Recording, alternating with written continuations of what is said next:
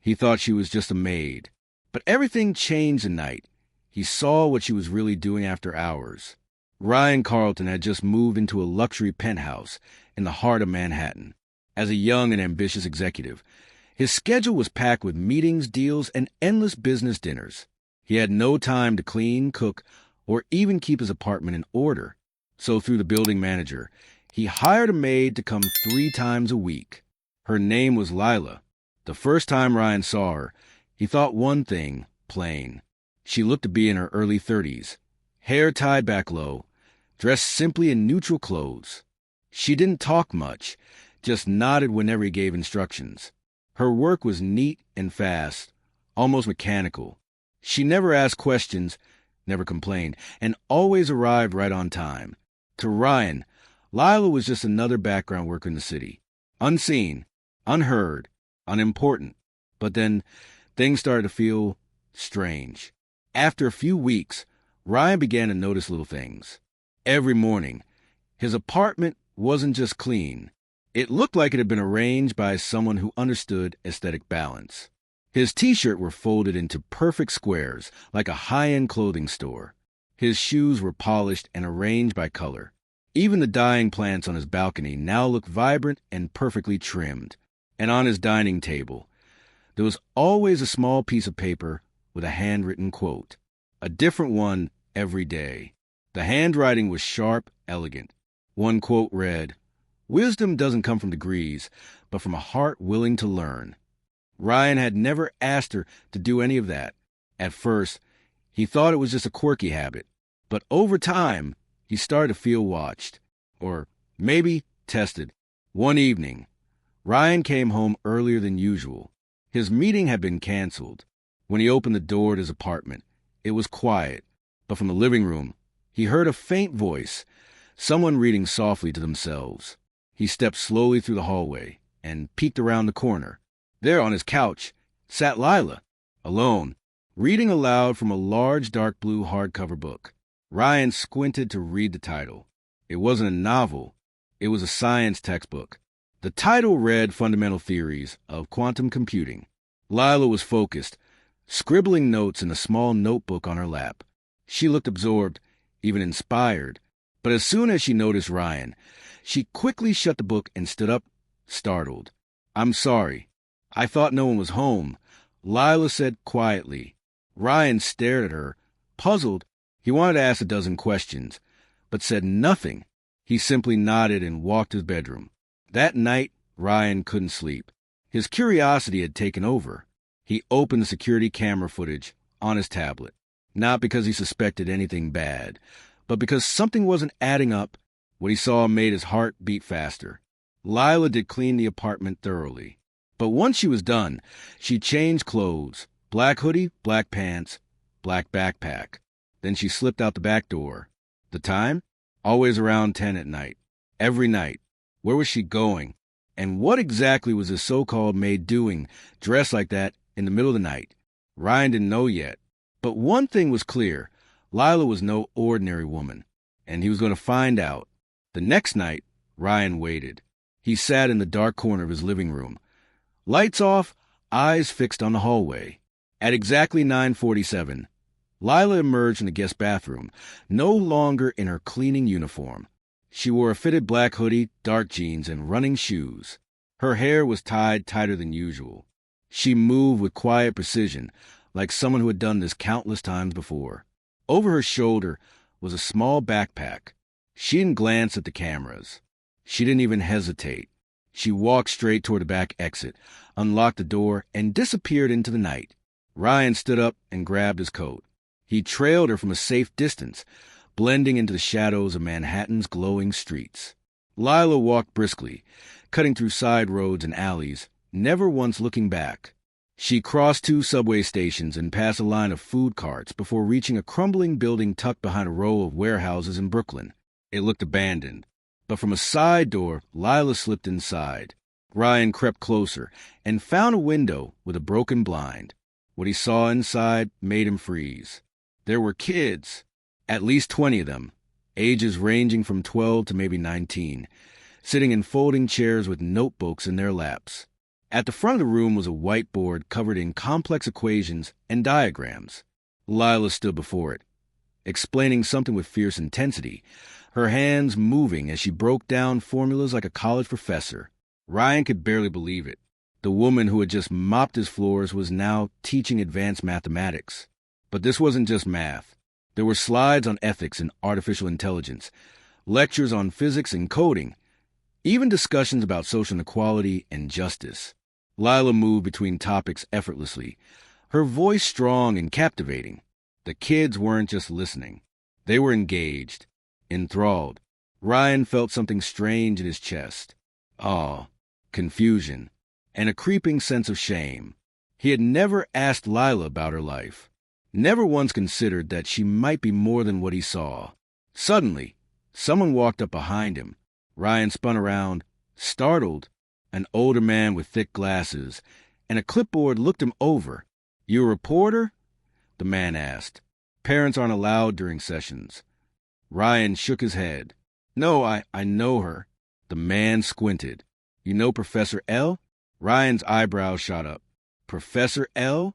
The man chuckled. "Yeah, that's what the kids call her.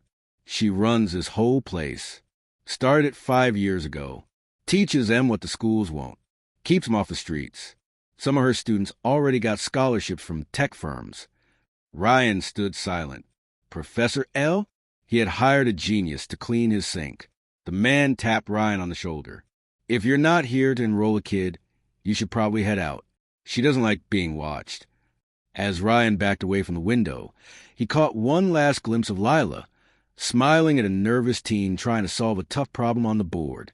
This wasn't a side hobby. This was a calling, and he had been blind to it. The next morning, Ryan sat at his kitchen counter, staring into a cold cup of coffee. Lila arrived at the usual time, quiet as always, dressed in her simple maid uniform. She moved through the apartment with her usual precision, dusting, folding, scrubbing. Everything about her routine was normal, predictable, mechanical, except now Ryan knew. He watched her from the corner of his eye. Every movement she made carried an elegance he hadn't noticed before. Every step was deliberate, every gesture calm. There was no rush in her rhythm, no signs of exhaustion despite being out late the night before. As she was finishing in the kitchen, Ryan finally spoke. "I saw you last night." Lila paused for a split second, her back still to him.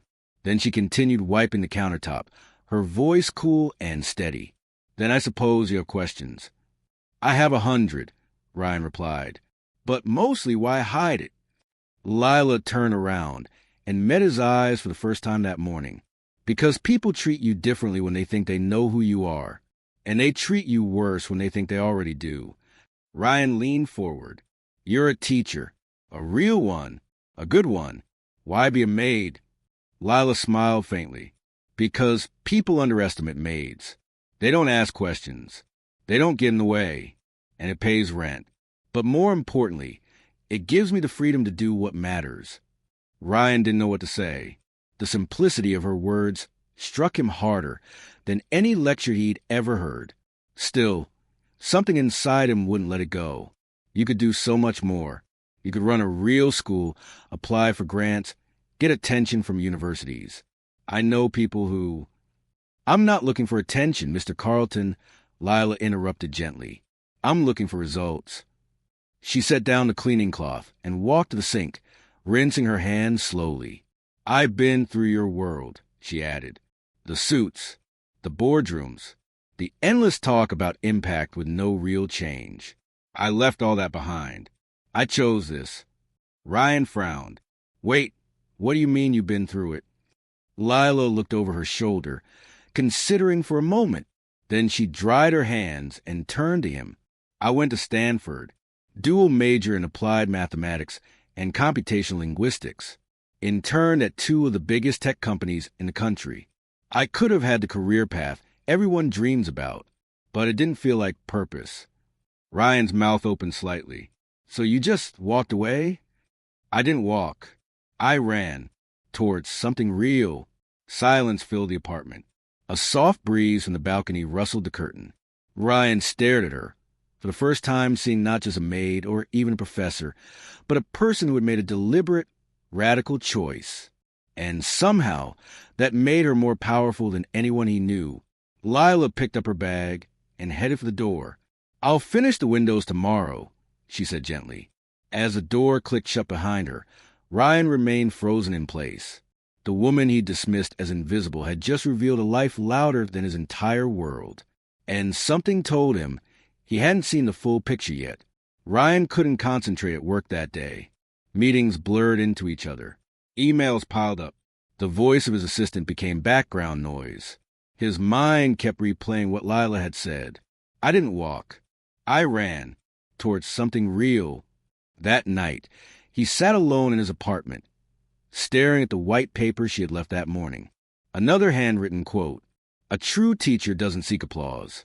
They seek to light flames." He turned the card over, just blank, as always. But this time, he didn't just read it. He felt it. And the question burned deeper. How could someone with her mind, her heart, her power be hidden like this? The next evening, Ryan returned home earlier than usual. He waited. 9:47. Right on schedule. Lila exited the guest bathroom dressed in all black, carrying her usual backpack. Ryan stepped out from the hallway. "I want to come with you."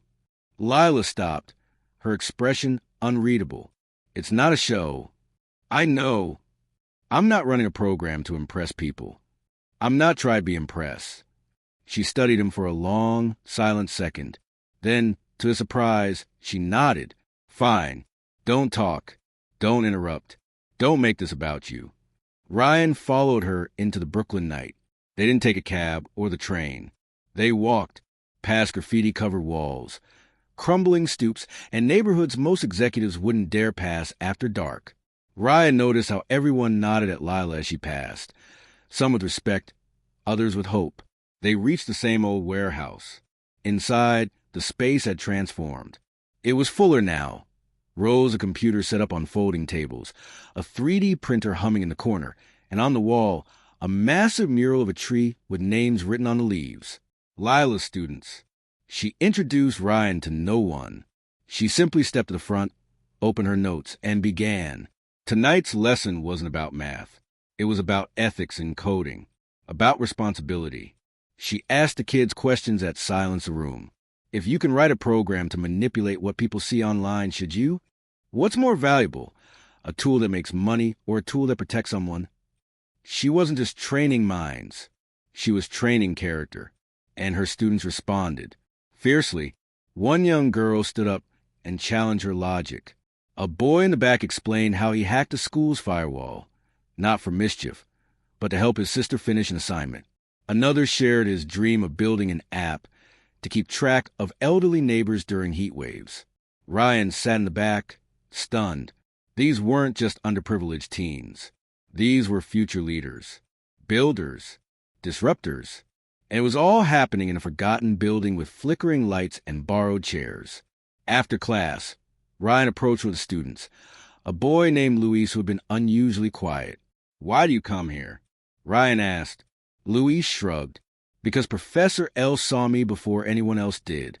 When no one cared. She did." The words lingered. Back home, Ryan couldn't sleep. He pulled out his phone and opened his company's website. He stared at the corporate social impact section and realized it was empty. Just words. No fire. No Lila. Not yet. But a thought was forming. Something big. The next day, Ryan skipped his usual boardroom meetings. Instead, he locked himself in his office and spent the entire morning drawing up a new plan. He sketched diagrams, listed contacts, calculated logistics. His assistant knocked twice, reminding him of back-to-back investor calls. He ignored both. By late afternoon, he had a draft, a full proposal to transform Lila's underground classroom into a funded, scalable community education initiative. He called it Project Ember, because she wasn't just teaching kids. She was lighting fires. That evening, as Lila arrived to clean, Ryan stood by the kitchen counter, a printed folder in his hand. She noticed a change in his posture, the stiffness in his stance. "You look like you're about to offer me a job," she said flatly, not even breaking stride as she picked up a spray bottle. Ryan gave a half smile. Not a job. A platform. Lila paused. I've watched what you're building. It's not just noble, it's scalable. I know people who can fund this, who can replicate this in 10 cities. We could upgrade your space, get better equipment, more hands. You wouldn't have to scrub sinks by day and teach by night. Lila looked at him, her expression unreadable. And what would you get? Ryan hesitated, but only for a moment. The truth? Redemption. Purpose. Maybe a reason to feel like the hours I work mean something. Lila looked down at the folder. She didn't take it. Instead, she turned away and continued wiping the countertop. You don't understand what this place is, she said quietly. The minute you involve donors and corporations, the soul disappears. They'll want logos on walls, data sheets, success metrics that don't mean anything. Ryan stepped closer. Not if you lead it. You call the shots. No, she said firmly, because even calling the shots takes energy away from what I do. I teach. I protect. I listen. That's all I want to do. Ryan stood in stunned silence. He wasn't used to being turned down. Not like this. But you could reach thousands, he said, almost pleading. I'm reaching the ones who need it, she replied without turning. The words landed like a stone in his chest. He set the folder down and quietly left the room. That night, he didn't trail her. He didn't check the cameras. He just sat in the dark, thinking, maybe he didn't understand Lila's world yet. Maybe the real story wasn't about building something bigger. Maybe it was about learning how something small could still be powerful. 3 days passed. Lila didn't come. No message. No explanation. Just silence. Ryan waited, watching the clock every evening at 9:47. But the door never opened. The apartment began to feel empty. Not in the physical sense. It was still spotless. But something had gone missing from its rhythm. It was the presence. The quiet gravity Lila carried with her. On the 4th day, Ryan called the building manager. No, Lila hadn't quit. No, she hadn't given notice. She'd simply stopped showing up. A dull sense of worry began to take root. That night, Ryan returned to the warehouse in Brooklyn. The building was locked. The lights were off. A paper sign was taped to the door. Closed until further notice. He stood there in the dark for a long time. As he turned to leave, a voice called out behind him, "You look lost." It was the older man with the glasses and clipboard, the one who had mistaken him for a reporter before. "I'm looking for Lila," Ryan said. The man studied him, then sighed. "She's with her mother. Hospital in Queens. It's serious. She canceled everything. Didn't want the kids to worry." Ryan's chest tightened. "Is she all right?" The man shrugged. "Can't say. She doesn't talk much when she's scared." He handed Ryan a note. "If you're really here for her, you'll want this." Ryan unfolded the note. It was a hospital address, written in Lila's sharp, familiar handwriting. At the bottom, a single sentence, "No visitors, please." He went anyway. The hospital room was dimly lit, with beeping monitors and the faint scent of antiseptic. Through the glass, Ryan saw Lila sitting beside an elderly woman, holding her hand. Her hair was loose. Her clothes were wrinkled. She looked like someone who hadn't slept in days. He didn't enter. He just stood there for a moment, then left a paper bag on the bench outside the room. Inside, her favorite tea and the quote card she'd left at his apartment. A true teacher doesn't seek applause. They seek to light flames. He wrote just 2 words underneath. "Thank you." Ryan left without saying a word.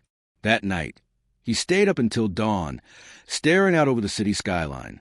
And for the first time in years, he wasn't thinking about market shares, product launches, or press releases. He was thinking about one woman, quietly holding the world together, piece by fragile piece. 2 weeks passed. No sign of Lila. No classes resumed in Brooklyn. No maid service at Ryan's apartment. But the absence didn't bring silence. It brought motion. Ryan began making quiet changes.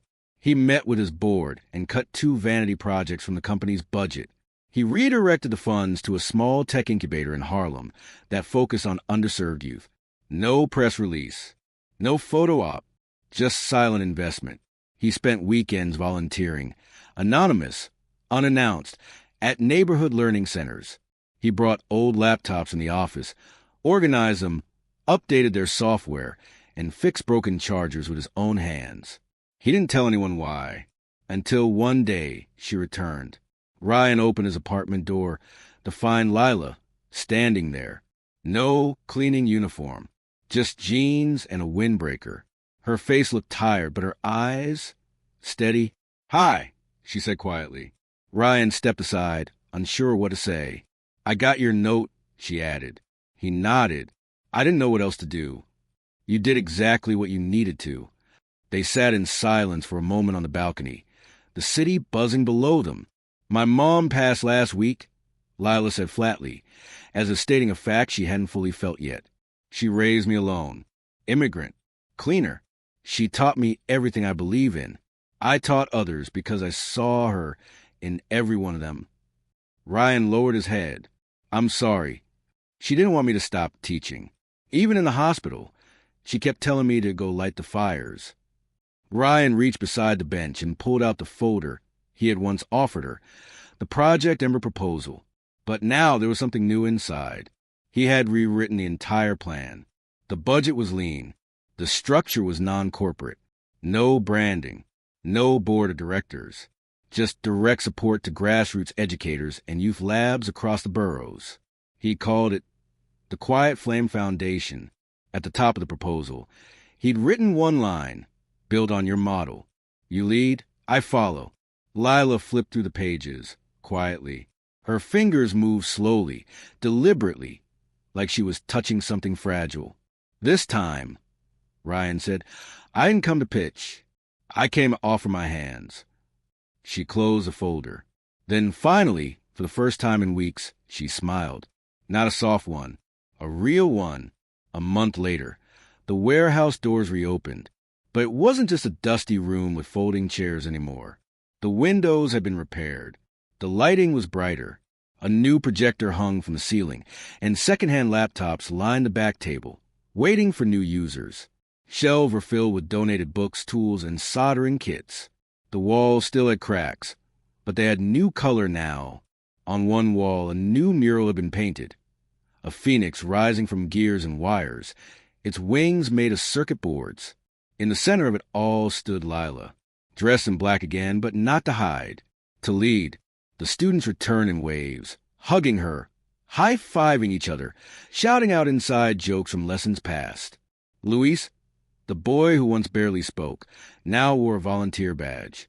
Rena, the girl who once challenged Lila in ethics class, brought her little brother this time. And Ryan?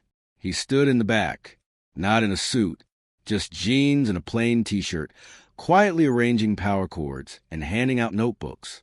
He didn't speak. He didn't need to. He was no longer the guy who needed to be the center of the story. This wasn't his story. It was Lila's, and she was back. The first lesson that night wasn't about coding or calculus or science. It was about grief and how to transform it. Lila spoke plainly. "I lost someone who taught me to sweep floors like it was sacred work. She taught me to listen more than I spoke. And she taught me that building people is the highest form of architecture." Her voice didn't break. It burned. That night, the kids didn't just learn, they felt something. A shift, a legacy growing roots. And outside, standing under the soft flicker of the old streetlight, Ryan watched through the window. He no longer wondered who Lila was. He now understood what she chose to be. One rainy evening, as the classroom buzzed with activity, a black car pulled up quietly outside the warehouse. The driver stayed behind the wheel, but the rear door opened and a tall man stepped out, late 50s, sharp suit, umbrella in hand. He looked out of place, scanning the graffiti-lined walls with mild disdain. Inside, Lila was helping a group of students debug a basic code loop. She didn't notice him until one of the kids tapped her arm and pointed toward the door. Her expression changed immediately. She froze. The man entered slowly, looking around like he had walked into a museum. He stopped just inside the doorway, his eyes settling on Lila. "Hello," he said. She took a moment before answering. "You're not supposed to be here." The man stepped closer. "It took me a while to find you. I had to make some calls." One of the students stepped between them protectively. Lila gently placed a hand on the boy's shoulder and nodded. "It's all right." Ryan, who had just arrived carrying a donated 3D printer, saw the exchange and quietly set the machine down, watching from a distance. The man looked at Lila again. "I saw your name in a quarterly report. One of my junior partners mentioned it during a review. Apparently, some tech labs are now modeling their outreach after your quiet flame format." "I didn't put my name on anything," Lila replied. "I know," he said.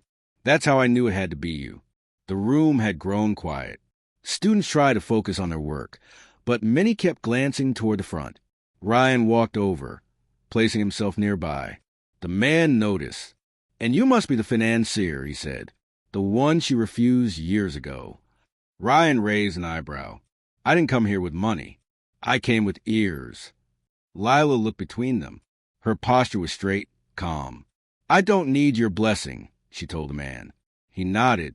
"I didn't come to give it. I came because I was wrong." A long silence followed. "I thought you were throwing your future away," he said. "When you walked out of our firm, when you chose this life, I thought you'd burn out." Lila tilted her head. "I did burn. That was the point." He almost smiled. "Almost. I want to help now," he said. "Whatever you're building, it matters. I can open doors." Lila looked around the room, at the kids coding on secondhand machines, at the mural glowing in soft light, at Ryan, holding his silence with the steadiness of someone who'd learned patience. "You don't need to open doors," she said. "Just stop locking them behind you." The man didn't reply. He nodded once, turned, and walked out the same way he came. When the door closed, the room exhaled. Luis leaned toward another student and whispered, "Was that her dad or something?"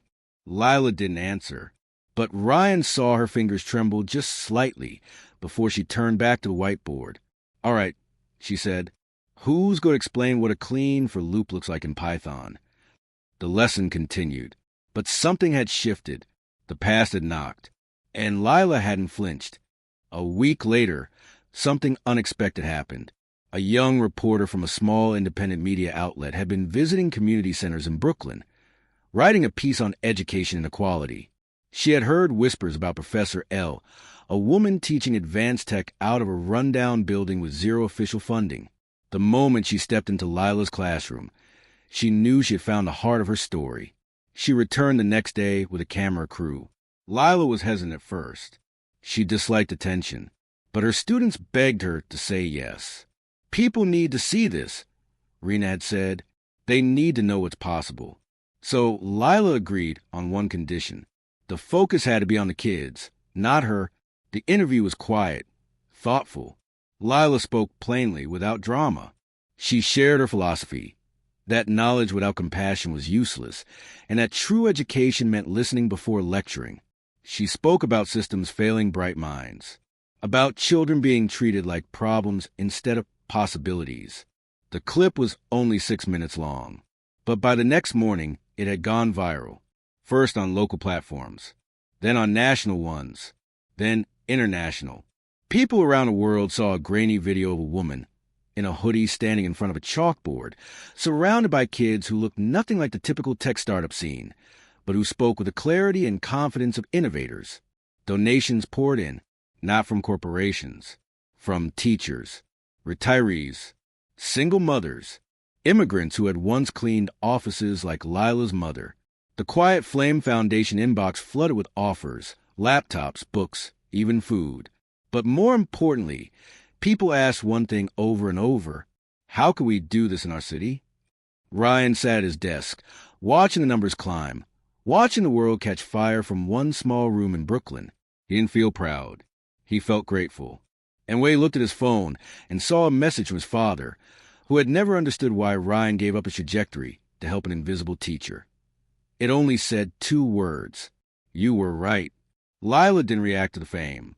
She didn't go on talk shows. She didn't give speeches. She went back to class.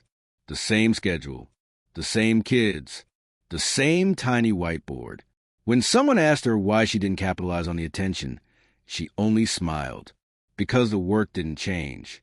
Only the world noticed. But behind that calm, something else was brewing.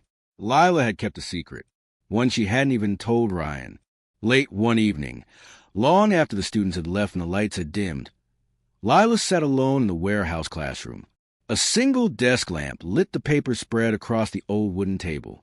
Schematics, network plans, handwritten maps of community hubs across the 5 boroughs. Ryan arrived with 2 cups of tea, quietly placing one beside her. "I knew it," he said with a faint smile. "You've been building something." Lila didn't deny it. She simply pushed a folder toward him. Inside was a multi-phase proposal, not for expansion, not for scaling up the current space, but for something deeper, a decentralized network of learning sanctuaries, designed for low visibility, high impact, small rooms, silent teachers, trusted community leaders trained in her methods. Each site would operate independently. No branding, no hierarchy. No one would even know they were connected. They would call them Ember Rooms. "People are watching now," Lila said. "And when people start watching, systems come in. Expectations. Pressure. That's how revolutions get absorbed into the machine." Ryan leafed through the plans. Everything was accounted for. Funding structure, encryption protocols for private student data, partnerships with grocery stores for food supplies, even protocols to prevent the model from being exploited by politics or media. It was meticulous. It was brilliant. "You're designing something that can't be owned," Ryan murmured. Lila nodded. "Because knowledge shouldn't be." He looked at her, awed. "Why didn't you tell me?" "Because it wasn't ready," she said. "Because I didn't trust that anyone else would protect the soul of it." She paused. "But now I do." They sat in silence for a while. Then Lila reached into her bag and pulled out a folded, worn envelope. She slid it across the table. "My mother left this for me. She said I'd know when it was time." Inside was a faded photo. Lila, age 12, holding a broom in one hand and a science fair trophy in the other. Her mother stood behind her, beaming, in a janitor's uniform. Taped to the back was a note, written in her mother's delicate handwriting. "Never let them tell you who you are. Sweep the floor. Win the prize. Light the fire. Be all of it." Lila looked up. "I was never just a maid." Ryan didn't respond. He just nodded, the weight of her words sinking into his chest like an anchor. And in that moment, with the storm of fame outside and the quiet hum of purpose inside, the real movement began. Not on camera, not in headlines, but in the whisper of pages turning, ideas forming, and 2 people choosing to build something that couldn't be bought. 2 months later, the first Ember Room opened, in the back of a barbershop in the Bronx. No fanfare, no ribbon cutting, just a dusty supply closet transformed into a narrow space with second-hand desks, borrowed laptops, and walls covered in sticky notes filled with equations, code snippets, and quotes scribbled by teenagers. The kids came in through the alley. They stayed for hours. They left smarter. Then came the second Ember Room, this one behind a laundromat in Queens. The owner, a retired physics teacher from Nigeria, volunteered to run it 3 nights a week. Within 6 weeks, there were 5 Ember Rooms. By the end of the 3rd month, there were 11. They didn't advertise.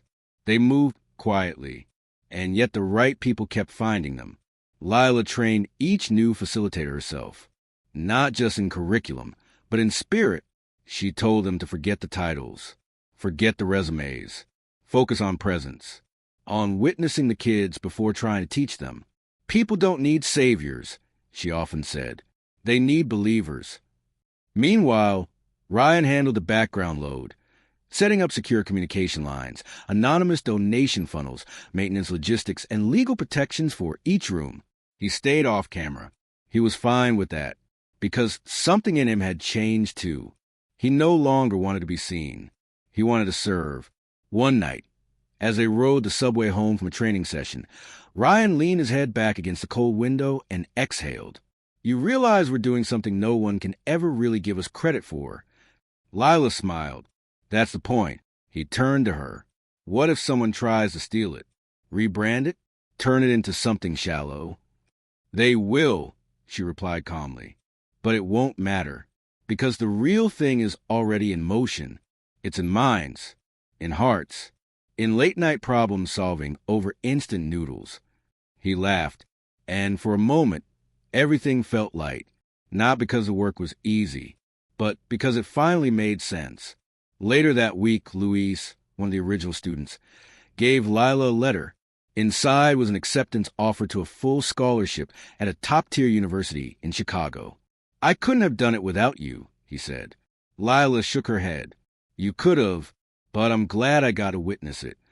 The students didn't know about the blueprint, or the Ember Room expansion plans, or the late-night meetings in storage rooms and bodegas, but they felt something. They felt that someone believed in them before the world ever would, and that was enough to make them believe, too. One crisp autumn morning, Ryan received an unexpected letter. It was from the mayor's office. He had been selected to receive a Civic Innovation Award for his transformative impact on community education and tech equity. The ceremony was formal, to be held at City Hall, with media, press, and prominent city leaders attending. His company wanted to issue a press release. His assistant offered to coordinate wardrobe and talking points. Ryan felt nothing. No excitement. No pride. Only hesitation. That night, he walked to the warehouse. The classroom was quiet. Students had just left. Lila was erasing a whiteboard filled with formulas and half-solved puzzles. She looked up as he entered. You look like you swallowed something sour, she said. He tossed a letter on the desk. She skimmed it and raised an eyebrow. You're being celebrated. I don't want it, Ryan said. You should be the one up there. She handed the letter back. But you won't say that, because then the spotlight turns here. And this place can't afford the light. He sighed. I hate how true that is. She moved past him, grabbing books from a shelf. So go. He looked up. What? Go. Accept it. Smile for the cameras. Use their platform to build ours. But it's not my work. She stopped, turned, looked him square in the eyes. No, but it is your choice. You chose to listen. To lift, not led. To let go of ego. That deserves something too. Ryan stared at her, the weight of her words settling in. 2 nights later, he stood on the City Hall stage in a charcoal suit, the plaque heavy in his hands. Cameras flashed. Applause echoed. He spoke briefly. He thanked the city, his team, his mentors. But at the end, he said one thing that wasn't on the script. This award doesn't belong to me. It belongs to a woman you've never heard of. A woman who chooses quiet over credit, flame over fame. She taught me that real change doesn't wear a badge. It shows up after hours, in places without air conditioning, where kids rewrite their future with borrowed pens. The audience fell silent. Then applause broke out again. Some polite, some moved. But Lila wasn't there. She was 3 miles away, sitting on the floor beside Rena and Luis, helping them solder wires into a robotics kit made from broken fans and toaster parts. She didn't need to watch the speech. She already knew what he would say, because he was no longer speaking for himself. He was speaking for them. Weeks later, the unexpected happened. A major streaming network announced a documentary series called Hidden Architects, a project focused on ordinary people making extraordinary changes in forgotten corners of America. One of their researchers had come across the viral video of Lila from months ago. Quiet, minimal, but something about it lingered. They tracked her down. She said no. Twice. She told them the same thing she told everyone. She wasn't the story, but the producers persisted. They didn't want drama or spotlight. They wanted authenticity. They offered a unique compromise. No narration, no commentary, just raw footage. Her words, her students' voices. She agreed with one condition. Her face would only appear once. The documentary aired 6 months later. It opened with black screen and her voice. I clean apartments during the day. I teach kids at night. I'm not trying to fix the world. I'm just refusing to let it stay broken. The visuals showed Ember Rooms in action. Kids working late into the night, laughing, solving problems, debating ethics and energy use in the middle of pizza slices and half-charged tablets. No glamour, no drama, just truth. People watched. Millions. They watched not for entertainment, but because they saw themselves in it. Parents who worked 3 jobs and never felt seen. Teenagers who had never heard someone say you matter without conditions. Retired engineers who suddenly wanted to volunteer again. The final episode showed Luis receiving a scholarship letter, Rena leading her own Ember session, and finally, a still shot of Lila walking down a cracked sidewalk, her backpack slung over one shoulder, disappearing into glow of a streetlight. She didn't turn toward the camera. She didn't need to. Ryan watched the final scene from his apartment, alone in silence. He didn't cry. He just closed his laptop, leaned back, and exhaled. This time, the world had seen her. But more importantly, they had heard her. And something strange began to happen. Requests started pouring in, not to meet Lila, but to copy her. Requests from Detroit, from small towns in Arizona, from refugee centers in Greece, from villages in India, from youth shelters in Chicago. People didn't want her autograph. They wanted her blueprint. And just like that, the revolution she had tried to keep quiet had quietly gone global. Years later, people would speak of her with a kind of reverence, not like a celebrity, more like a myth, a whisper. Some had met her. Most had only seen a silhouette in an old documentary. But across dozens of Ember Rooms, in countries speaking different languages, the same story repeated. A woman who swept floors by day and rewired futures by night. She never trademarked her name, never sought awards, never built an empire. Instead, she built people. Ryan continued running Quiet Flame's global infrastructure, always behind the scenes, always on call. He visited Ember Rooms when invited, answered emails late into the night, and offered silent support to those trying to mirror the impossible. But every year, on the same quiet night, he returned to Brooklyn, not to the warehouse. That building was gone now, replaced by a co-op funded by the very students who had once coded under leaking ceilings. On the rooftop, they had built a community library. They named it the room where it started. There, under soft string lights and recycled benches, Ryan would sit alone and reread the first quote she ever left on his table. A true teacher doesn't seek applause. They seek to light flames. And beneath it, in his own handwriting, the words he had added all those years ago. Thank you. No statue stood in her honor. No school bore her name. But across the world, in hidden rooms and converted closets, kids still sat late into the night, their faces lit by laptop screens and borrowed hope, guided by strangers who asked nothing in return but effort and presence. They didn't know her face, but they knew her fire, and in every flicker of determination, in every spark of self-belief, in every voice that said, I can, Lila lived on, because she was never just a maid. She was a match.